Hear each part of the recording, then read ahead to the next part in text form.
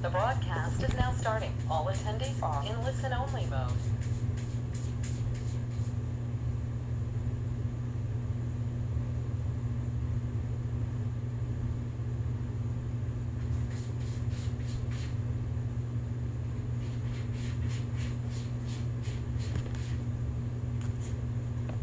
Hello, kitten lovers. Welcome to our Immediate Critical Care for the Kitten webinar. My name is Carrie Ann Hansen, and I am the Educational Program. And I'm also a licensed veterinary technician and will help Susan by moderating the webinar and answering some of your questions behind the scenes. We here at the National Kitten Coalition are thrilled to share our knowledge with you on how to care for kittens. Whether you have just sparked an interest in fostering or have taken care of kittens before, we will give you all of the tools you need to prepare your heart and home for these little ones. I will direct you to look at your screen, and somewhere on there, either to the side or the top, is the go-to webinar dashboard panel. If you do not see this dashboard panel immediately, look around for a red or orange arrow and click that arrow. Your dashboard should expand for you to see a drop-down menu. On this drop-down menu, there are several different features, including a question chat box. All attendees, that's you, the audience, will be in listen-only mode and will be muted through the presentation so as to eliminate background noise. If you have any questions or comments regarding the content of this webinar, please type them in that question chat box and we will get back to you either individually during the session or save your question for the end if it is something that others want to know too. There is also a handouts section on your dashboard. If you click the arrow, you will see a list of 5 handouts. If you are having trouble seeing the handouts, please let us know in the chat box. The handouts are immediately downloadable, and you can use them as references when caring for your kittens or share them with others. One more thing before we start, our webinars are meant for informational purposes only and are not to replace veterinary care. We are here to teach you what we know now, but medicine and husbandry practices are always evolving. So you should always build and keep a working relationship with your veterinarian in order to give your kittens the best care. Now, without further ado, I will introduce our speaker to you. Susan Spalding, affectionately known as the Kitten Mom, is the Director of Neonatal Programs and co-founder of the National Kitten Coalition. Okay, Susan, let's go ahead and get started. Well, hello everyone. Welcome to the webinar. Thank you for taking time out of your busy schedule to join us. This is one of the webinars when we first started doing this I thought would be so important because so many times we get a kitten and either in the shelter or in a rescue that needs immediate care. It's always a 4-day weekend. It's always 2 a.m. So knowing what to do immediately is very, very important. So we're going to move right on here. A little bit about us. Carrie Ann told you we are the National Kitten Coalition. We have a lot of other resources besides our webinars. We have a wonderful nursery manual. Even if you aren't starting a kitten nursery, it has some absolutely fantastic facts in it that will help any foster. We have our on-site workshops and classes. If you're interested, you can contact us. Our webinars. And hopefully with all of these, our vision is that all of the neonatal, sick, and other at-risk kittens are given a chance to grow and thrive. And education is just so important to get this done. I've been fostering for actually almost 30 years now, and things change every year. It's been getting better and better. Those of you just getting into it, I know sometimes it seems really frustrating or backward, but believe me, in the last 30 years, we have made so many strides, and it is getting better and better every year. I do specialize in neonatal and special needs kittens. That's just my passion. So moving on again, I'm going to repeat one thing that Carrie Ann said just quickly. We are not veterinarians. We absolutely recommend that you find a veterinarian to work with. Sometimes that's not easy. Not all veterinarians are comfortable working with the neonates or the special needs kittens, but it is worthwhile searching out a veterinarian or a practice that understands or is willing to learn. In my case, the practice that we use with our rescue here is absolutely amazing. And they weren't really into neonatals, but they were willing to learn and willing to research, and it has turned out to be a fantastic partnership. So find a veterinarian you can work with. It is they're worth their weight in gold. And there's so many things that not only do you need advice on, but that they can research and help you find out the information. Okay, as I said before, I am a huge believer in education. I think that that is what saves lives. Yes, every foster makes a difference, but unless we know what to do, it's hard to save that life. In immediate critical care, especially with the tiny neonates, the preemies even, the first few hours are crucial. It is very disheartening sometimes when non-rescue folks, they're doing the best they can, but they don't understand what to do and make the situation worse. So educating them, tell everybody, if you're the go-to kitten person, make sure everybody you know that's going to call you, it's very simple. You just tell them to keep them warm and don't feed them. I mean, if you're going to be getting them in a couple hours, that's the safest thing. The biggest thing is to keep them warm and don't feed them. Okay, obviously getting them to a vet would be the ideal situation, but that's not always going to happen. Okay, you can learn from a lot of different sources, information that we have, as in any medical situation. It's not usually black and white. There are so many gray areas. However, and you'll see this as it comes up, if you've been to any of my other webinars, you know things like weighing the kitten daily, whether it's an orphaned kitten or a kitten that mom is nursing, that is absolute. There is no yes or no. You need a scale and you need to weigh that kitten at least once every day. But a lot of other things like nipples and bottles, everybody has their favorite. We're here to hopefully give you a lot of the options, some things you may not know about, or some tips that may help you use the equipment you do have. You need to be open-minded. Things change. I learned something, I shouldn't say every day, but every year, I learn new tips from other people doing this. It's not a static situation, but you do need to use good judgment, especially with the internet. There are some great sites out there. At the end of our presentation, there's a slide with a list of some of the great informational sites. And it's not that a new site might not be good, but use your judgment. Some things are just way far out there. Make sure you check with your vet or someone knowledgeable before you start something that's brand new. Cannot emphasize enough about finding a good vet to cooperate with, to help these guys, and taking advantage of classes or other experienced rescuers. There's so many ways to learn so many different things, and you need to take advantage of them all. Education pays for itself. Used to be that people would shy away from neonates simply because they seem scary. I mean, a 3-ounce kitten is tiny. I can remember sometimes the first time a rescuer or a person saw a kitten, almost didn't realize it was a kitten. So lack of knowledge, money, or time.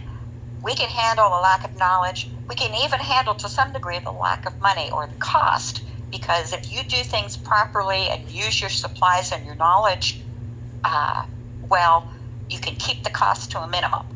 Time, we really can't do anything about. If you get a 2-day-old kitten, it's going to be a minimum of 8 weeks. And with bottle feeders, usually a couple extra weeks before they're going to be ready for adoption. So hopefully the education will take the fear out of fostering, help you save money, and use your time to the best advantage. So knowing and using the proper protocols, recognizing illness earlier when it's less costly to treat, and utilizing your supplies in your foster homes properly and appropriately can make a huge difference. These guys are all special needs kittens for one reason or another. This little guy up here at the top was run over by a lawnmower. Thank God he was low in the grass and the people saw him.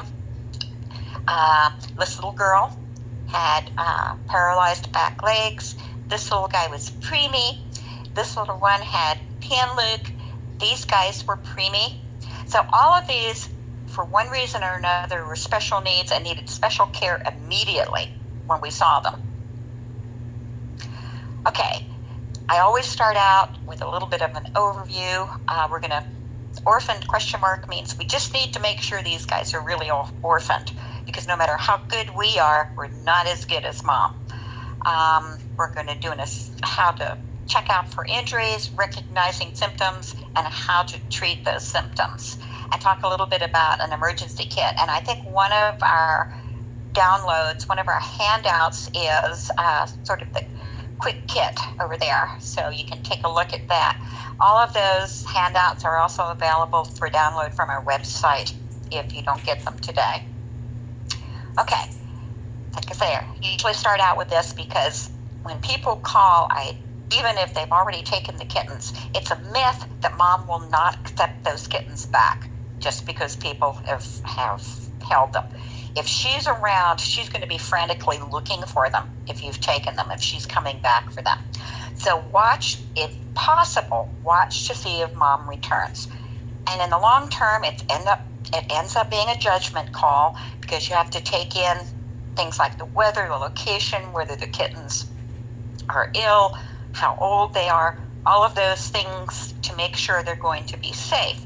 If you provide a safe environment, a box, someplace quiet, out of the way, mom, and actually put food down there for mom will return. And most of the time, not always, but most of the time, if it's safe and quiet and there's food, she will probably stay. But again, the thing to tell people is it's a myth she won't take them back. She will take them back. So you need to watch. If you find kittens and they haven't taken them yet, the biggest way that I recommend you tell whether you should take them or not is the nest condition. If the kittens are clean, healthy, and quiet, 9 times out of 10, it just means mom's off hunting or getting food or maybe eating at the feral station or something. Kittens instinctively are going to remain quiet while mom's gone, simply because it will, if they start meowing and moving around, they're going to attract predators. So instinctively, they're going to be quiet. When people ask me if you should wake kittens up to feed them, that's sort of the answer I give. We're trying to stimulate mom as much as possible. Mom isn't on a 2 or 3 hour schedule like we are when we're feeding babies. So the kittens might remain quiet for 4 or 5 hours. The clue is when mom comes back and snuggles down in with them, it wakes them up and they start nursing. So, like I say, she might be gone an hour, she might be gone 2 hours, she might be gone 5 or 6 hours. The point is that they're quiet and in clean nest, wait for a little bit and watch for mom.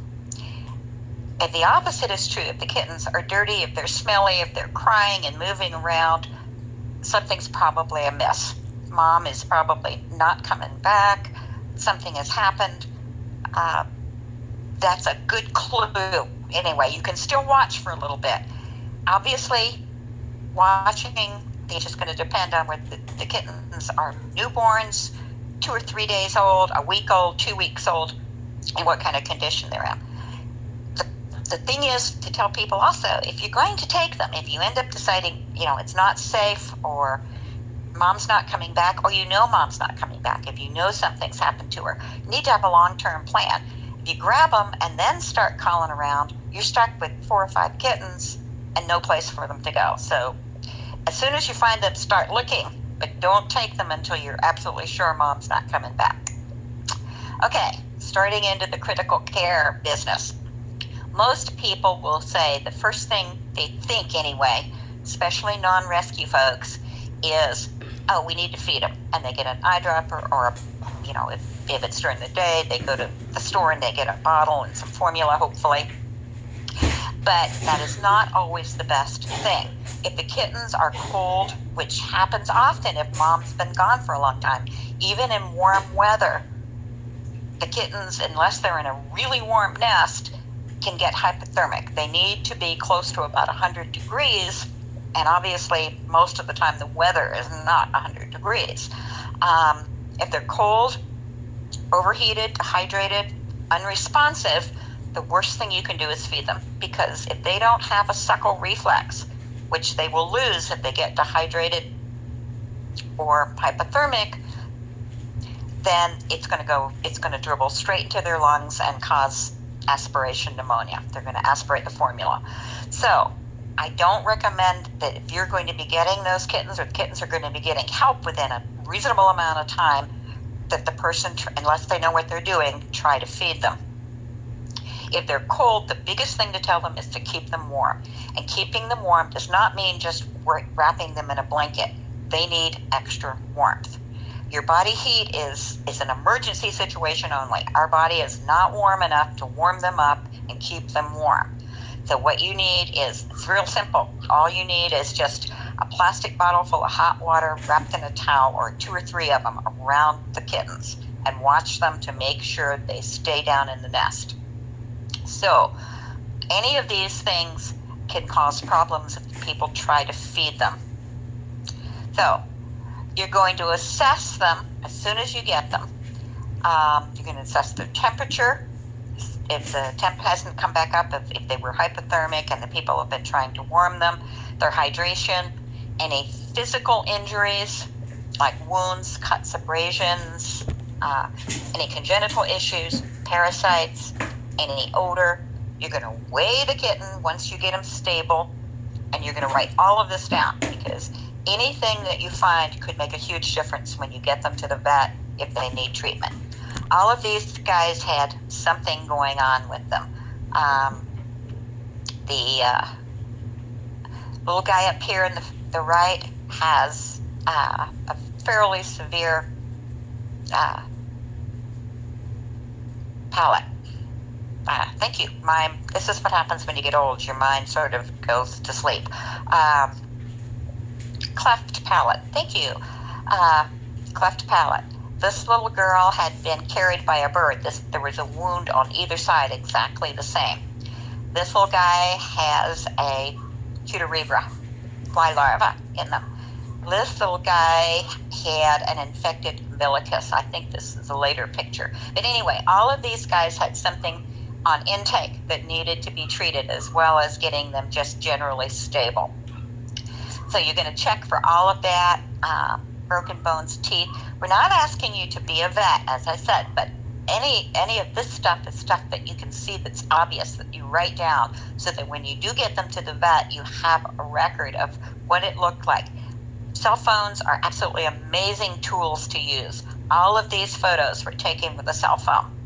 So taking those pictures, my vet and I are on a push one button text system. I send her pictures, or I send the practice, because I have several vets I use, pictures, and whoever's on duty will take a look at them and say, yes, go ahead with this protocol, or we need to see them like immediately, or yes, we can, you can wait till tomorrow. It's amazing how wonderful it is to be able to send those. And it's also amazing for them to keep up. They like to see what they normally wouldn't on a daily basis, the healing, how much the kitten's getting better. That's something that they don't usually get to see that you can do with a cell phone.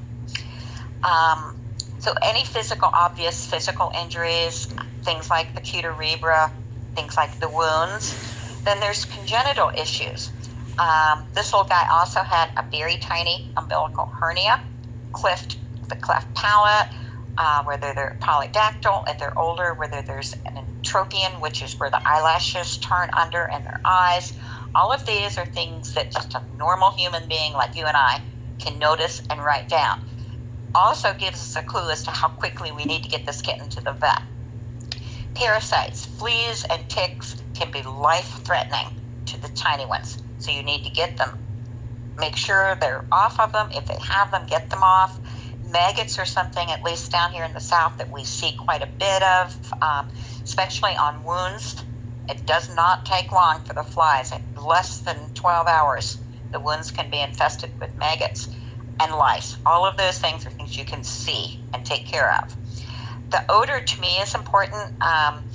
Just like any mammal, I know poop smells, okay? But there's a healthy poop smell and there's an unhealthy poop smell. So if you smell something in the feces or urine, or if there's a chemical smell on the kitten, it may give you a clue that you need to bathe that kitten, like now. And sometimes, again, it's a judgment call. The kitten may be compromised, but if there's a chemical on them or if they're covered in fleas and ticks, you may not have a choice. It's the lesser of the two evils. Like I say, once you get the kitten stable, or even sometimes before, I'm weighing them, so I know what I'm dealing with here. And I'm writing all of this down. So, a little more detail on these. Recognizing the symptoms of being cold or hot. Any cold is below 98 degrees, hot is above 104. If the kitten's core temperature starts going down, if they get hypothermic, their organs can start to shut down. That's why one of the first things I do once I get them hydrated is I see if they'll pee. If their kittens will, even if it's just a few drips, if their kidneys and everything is working, you're going to get a few drips of urine. Not a good sign if you don't get any. Excuse me. If they're dehydrated, there's several ways to tell. You can do the skin tent, just like if you took the back of your hand and pulled the skin up. If you're a big sports person, you'll know that you could tell if you're dehydrated by doing that. The skin should return immediately. You can do that standing them on all fours or in an all four position and pulling up on the loose skin at the back of their neck. That's sort of problematic with brand newborn kittens because they have a lot of excess skin yet. They don't have a lot of muscle mass or fat. So with them, there are different ways to check their gums. If they're dry or pale or bluish, you got a problem. They should be nice and pink, bright pink and moist. The CRT, capillary refill time, is just a fancy way of saying, again, you can do this on human beings. If you take your fingernail and press it on your gum, you get that little white mark. It should immediately turn pink again when you remove your fingernail. You can do the same thing with kittens. Press in, indented, or if it remains white, probably dehydrated. And there are other things that can cause this. For most kittens, most of the time for kittens, it is dehydration. They dehydrate very quickly. If their eyes are open, or even if they're not open, just around the sockets, if their eyes are sunken in, means they're very dehydrated. If people tell me their eyes look sunken in, I will tell them to get the kitten to a vet immediately. Sometimes what we will do is subcutaneous fluids, which is just fluids under the skin. If they get to a point where they're so dehydrated, sometimes that won't work. You'll need to do something intravenously. So if their eyes are sunken in and you just found them, a vet visit is in order. If kittens are lethargic or unresponsive, even a 1 or 2 hour old kitten will move around and move fairly quickly. Surprisingly quickly. I mean, they immediately, once they're born and cleaned up, they're headed for mom. They're going to find a nipple and start suckling. So if they're laying still, if they're unresponsive, if they're older and they're weak and uncoordinated, moving, falling over. Kittens, again, when you pick a kitten up gently by the scruff, there's a reaction. It's instinctive to pull their legs up, sort of like into a fetal position. And again, that's nature's way. If mom is doing that, if mom is moving them by holding them at the scruff of the neck, you don't want their legs dragging on the ground. So if she picks them up, it's automatic. Their little legs just curl up so that they're like a little ball for her to carry. If that does not happen, if their legs just hang there, something's wrong. Same thing, it's all sort of together with the weak and limp, no muscle tone. The kitten's a little bit older and he should be walking. If he's walking in circles, if he's walking with a head tilt, if his head is way back, could be a lot of different things, but it also could be simple as dehydration. And then, of course, as we mentioned, you're going to look for injuries, physical and congenital injuries. If the injury is severe And sometimes it doesn't look severe when you first see it, but you get it home and you start cleaning it up, and then you see how skin flap has covered it up, how big the wound is, how many maggots are in it. Then you know to get to the vet. So checking all of this out, mostly recognizing those symptoms immediately and being able to treat them. Again, we're not asking you to be a vet, but there's many of these things that you can do to save this kitten before you get to the vet. Okay, getting them warm. As I said, that is the primary thing that I tell people when they call with a kitten. Make sure they're warm. Even older kittens cannot regulate their body temperature. A healthy kitten can't until they're like 3.5, 4 weeks old approximately. A very sick or ill kitten might not be able to do it till they're much older, or might have trouble doing it because their body is not doing well or is not working properly. So body heat, as I said, that's an emergency situation only. Yes, if you're out in the yard and that's the only thing you have until you get into the house or the vet, or if you're out at your feral station and that's the only thing you have, great. But it's not enough long term or even short term if you have an alternative. And the alternatives are very simple. A hot water bottle, just any bottle filled with hot water, a water bottle, a Coke bottle, anything like that filled with hot water. If you're warming it up in the microwave, make sure you warm it with the cap off and then put the cap on. It's probably going to be too hot for the kitten to be up against to start with, so wrap it in a towel. You don't want to overheat them. You want to do it gradually. A Snuggle Safe, which I have a picture of a little bit later on, but Snuggle Safe is a plastic disc that you can put in the microwave, and those of us that foster kittens regularly use this. It stays warm 6 to 8 hours, does cool down, and it's really important that you keep it consistently warm.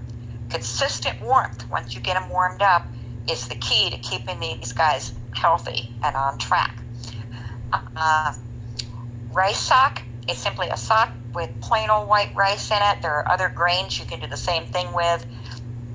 For the long term, there are disinfection issues because if the kitten poops on it, which is going to happen, and so on, you're going to have to wash it.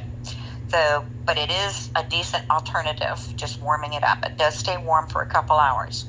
Water bottle, like I say, we've already talked about that. Heating pad, if you're using a traditional heating pad, you want to make sure that it's start on low only. I've never had to use one on more than medium, depending on the strength of the pad, but start on low. Whatever heating source you use, if the kitten's reasonably healthy, you want to just make sure that's only part of your nest or part of the carrier is warm, so the kitten can move away if he starts getting too warm. What I use now, I have about 2 dozen of these that I think is fantastic, is this Cozy Spot hand warmer. And I always have to tell people, I have any idea who sits around the house enough time to stick your hands in an electric hand warmer to keep them warm. But they sell them. Now, when you read the reviews on them, the only reviews come from people like me or wildlife rehabbers or people like you guys in rescue, because that's who uses them. They used to be really cheap and easy to find. Lately, they've been much harder and much more expensive. But anyway, because they're for human hands, they never get warm enough to burn the kittens. Plus, they don't have that 3-hour automatic shutoff that most newer regular heating pads have as a safety precaution. So these things, if you can find them and they're not horribly expensive, are absolutely wonderful. You don't have to keep reheating something. It never gets too hot if the kittens burrow under for it to hurt them. They can sit right on top of it and it won't burn them. Very easily disinfected. This part's plastic. It does come with a cover, but this part's plastic, and I just wrap it in a towel or a piece of fleece that's easy enough to take off and clean. And you can, up to this point where the cord attaches, you can dip them in your disinfecting solution, your bleach and water, or your Excel or Rescue, whatever you use. I've only had 2 fail on me in the last 10 years. One overheated and one stopped working. So you do have to just keep double checking them. But again, this has made my life one heck of a lot easier. The thing we do not want you to use is a heat lamp. You cannot control it. It's very drying, so it dehydrates the kitten, and it's not worth it. It's not worth the problems that it causes. So any of these other things, like I say, hot water bottle is all it takes. If the kitten is not responsive and can't move away if it gets too warm, never ever leave them. If you're warming an unresponsive kitten, you need to be there right with them all the time, turning them over, moving them around. You're probably going to be trying to rehydrate them anyway. So never ever leave a cold or a hot kitten on any heat source or cooling source. Okay, cooling is the same type of thing. You need some sort of ventilation. Sometimes water on their feet and ears, the evaporation, or rubbing alcohol, because it evaporates even more quickly than water. The same thing as heat wrapped in a towel. You can use ice packs wrapped in a towel. But as opposed to heat, you want to just do the ice for a few minutes, then take them off, let them stabilize. It's just like the doctor will tell you, ice on for 10 minutes, off for 10 minutes, even if you're using it over a longer period of time. And for this, you can use the ice packs wrapped in a towel, frozen peas, frozen beans, what have you, wrapped in a towel. Constantly monitor. You should be, whether you're heating or cooling, but particularly with cooling, you want to monitor their core temperature. I think it is imperative that anyone fostering these little guys learn to do a rectal temperature. Yes, there are different ways to do it. There's skin-sensitive thermometers and so on, but a rectal temperature is, most of the time, that's the type of thermometer you're going to have. You want to stop the cooling when it gets down to about 100, 203 degrees, because they're going to continue cooling slightly. You don't want them to go the opposite direction and cause hypothermia. It is possible to wet down their fur. That's a bit extreme. It's very sudden cooling. I prefer to do it much more slowly. So the caution with cooling is not to do it too quickly and to monitor it very closely. You might think, well, we see the hypothermia so much, but the hypothermia, the overheating, we see a lot in the South because people leave them in closed cardboard boxes. And sometimes, thank God, they leave them at the shelter, but a lot of times people will find them at their mailbox. They'll find them we found 2 on walking paths this year. So being in that box overheats them. So you do see the overheating more than you might think. Okay, hydration. One of the skills that I think it is imperative for a neonatal or special needs kitten foster to have is the ability to do subcutaneous fluids, which means learning to use a syringe and needle. And yes, it's sometimes like, oh no, I